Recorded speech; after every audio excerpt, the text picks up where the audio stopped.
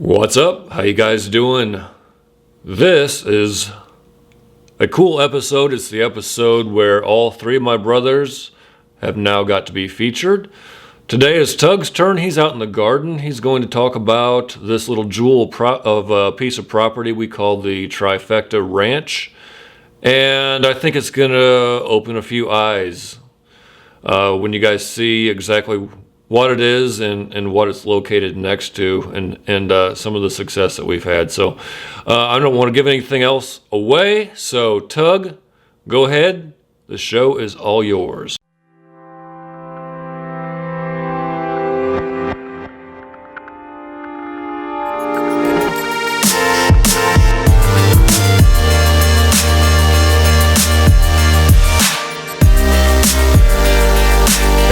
What's up, everybody? My name is Tug, in case you have not met me yet, and I'm excited because this is my first featured episode of Thurbers, and we're going to take a little bit of a tour, but I want to show you guys something, and I think it's going to be kind of fun for you guys to kind of follow along here. I want you to look at this map and tell me what you see. The first thing I want you to take a look at is the car park there, just to kind of give you a reference of how big this property actually is. It's a small property. What do you see though? You see the shape of it, kind of a horseshoe shape there. Without knowing anything else, where would you put a stand right now, just looking at this property? Okay, now we're going to zoom out just a little bit here. And now what do you see? Do you still like the property? Would you still hunt on this property? You see some other houses right now, and that may change your mind about whether you would actually hunt this property at all. So let's go ahead and zoom out just a little bit more. Okay, so on the west side, you see some what I call upper scale houses there. And all the upper scale houses, or most of the upper scale houses around here, have a pond. Everybody wants to have a pond when they have extra money, I guess. So that's going to be important because water is a resource that we're going to talk about. Let's zoom out one more time. Now what do you see? You see a whole lot more neighbors, right? But there's something else in this map that I want you to look at. Most people would call these fence rows. I call them arteries. They're travel corridors for deer to actually show up on your property. Now you may look at those houses and say, well, I don't want to hunt close to them because it's going to scare all the deer away. It's actually quite the opposite. So right now, decide whether you would actually hunt on this property. How about now? Now, and now. Does it change your mind when you see these bucks that actually appear on the property? So let's go ahead and take a tour. The first thing I want to show you is my food plot. You can see where I have it situated in the bottom of the U here. So let's take a look at what I planted last fall.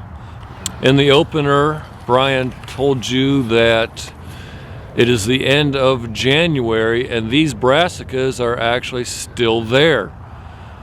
Not a good thing, in my opinion. The brassicas should all be eaten up by now, but they are not. Moving along, I planted some clover last year, and the clover did quite well. It got maybe 6 inches high.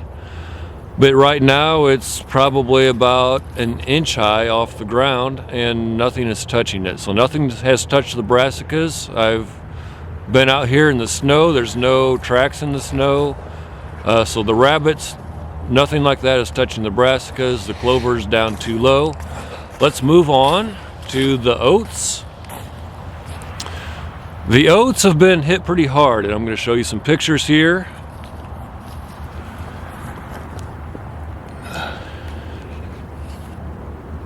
So as you can see, what you plant in your food plot makes a difference, and the deer around here for some reason do not like brassicas. I planted them last year and they just sat there and rotted for the most part. and I planted them this past fall, same thing. So am I going to plant brassicas again next year? The answer is probably a little bit, just to see if I can get the deer to like them. I still have some seed left, but I'm not going to concentrate on planting brassicas. I'm going to find something else, and hopefully I can find the missing food resource that the deer like. Let's move on around the property. On the back side here, you can see perhaps that there is a fence buried along this entire back side. There used to be horses back here when I was growing up, and there is a hole in the fence. Now the deer cannot get through these other places because the foliage is growing up along this fence, but there's one hole there, and that is key to hunting a small properties. You have to funnel the deer into a specific spot. On the opposite side of the fence, you will see there's a lot of cover. There's a swamp.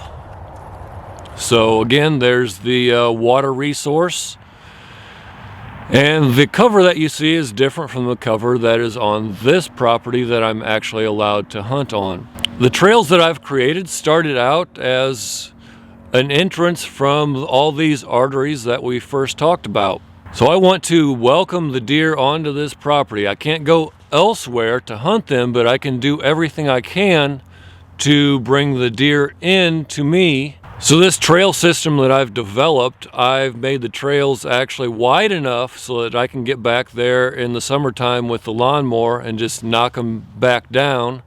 So my objective now is to cut all the branches back, because when spring comes around and it's sunny out and things start to grow again, all these branches are going to want to come right back into blocking this trail system that I've created. So now is the time that I want to go through and actually knock those back down. So what is a resource that I can put on this small property that nobody else has around me? And that is food, right? Food is the main determining factor as to whether I'm going to get deer to stop by this property. And I look at this property or this parcel as kind of like a convenience store. So it's not big enough to hold these bigger bucks that we're going to talk about, but it is a place that they're willing to stop by, grab something to eat. Hopefully there are some does around, and that's kind of the attractant to this small property. So I can't hold them here. I never have been able to hold them here. They've always just been driving through or walking through on their way to somewhere else, which is fine with me. So a resource that I have not been able to capitalize on is making mock scrapes. The deer themselves have made probably 4 or 5 scrapes along these trails last year that I found. But I have not been able to put mock scrapes in areas where I want them to stop for me to take a bow shot. So on a small property like this, there are some rules that you have to abide by. Now for me, this is an archery only hunt. All the bucks that I've taken off of this property, which is only 2, they've both been bow kills. The reason for that is I don't want to have a loud crack of a gun and then for some reason a deer make it off the property onto one of these other neighbors, and then I have to go explain to them after they heard the gunshot why there's a dead deer in their yard. I never hunt it with firearms. It's always with just a bow. So my question for you is, are you even interested in hunting a small property like this? In order to do so, if you like to hunt like I do, you don't want to hunt in this small portion of the season. You want to get out and actually spend some time out in the woods. So if you have a small property, you must have other larger properties that you hunt the majority of the time. Another rule of a small property is it must be close to home. You're not going to hunt a small property if you have to drive even a half an hour away, because you don't know what kind of activity is going on there. So you need to be able to check on it quite often, and if it's far from home, you're not going to do that. So something I haven't mentioned yet is during the summertime I have young bucks and does on this property all the time. It's kind of a fawning ground, and they are not scared of humans. I can get within 20 yards of these deer and they do not run. I have some video that I put on Facebook last year where I actually had my bow in my hand. I walked right up within 20 yards of a doe, and she was not real scared of me. She ended up running off, but I was able to get within 20 yards, so I could have shot her. And for me, that's not really hunting. But these larger bucks, it's a completely different deal with them. They mostly show up at night, and they only show up roughly from Halloween to November 15th. So it's a very small window. Another rule of mine is I never take long shots, and a long shot to me is anything over 15 yards. So I set my stand up to capitalize on this food plot out in front of me, and behind me is that hole in the fence that I mentioned. So I have 2 close shots. Those are the only shots I'm going to take. And the reason for that is if I take a longer shot and the deer jumps the string, or I make a bad shot, the deer can make it off the property.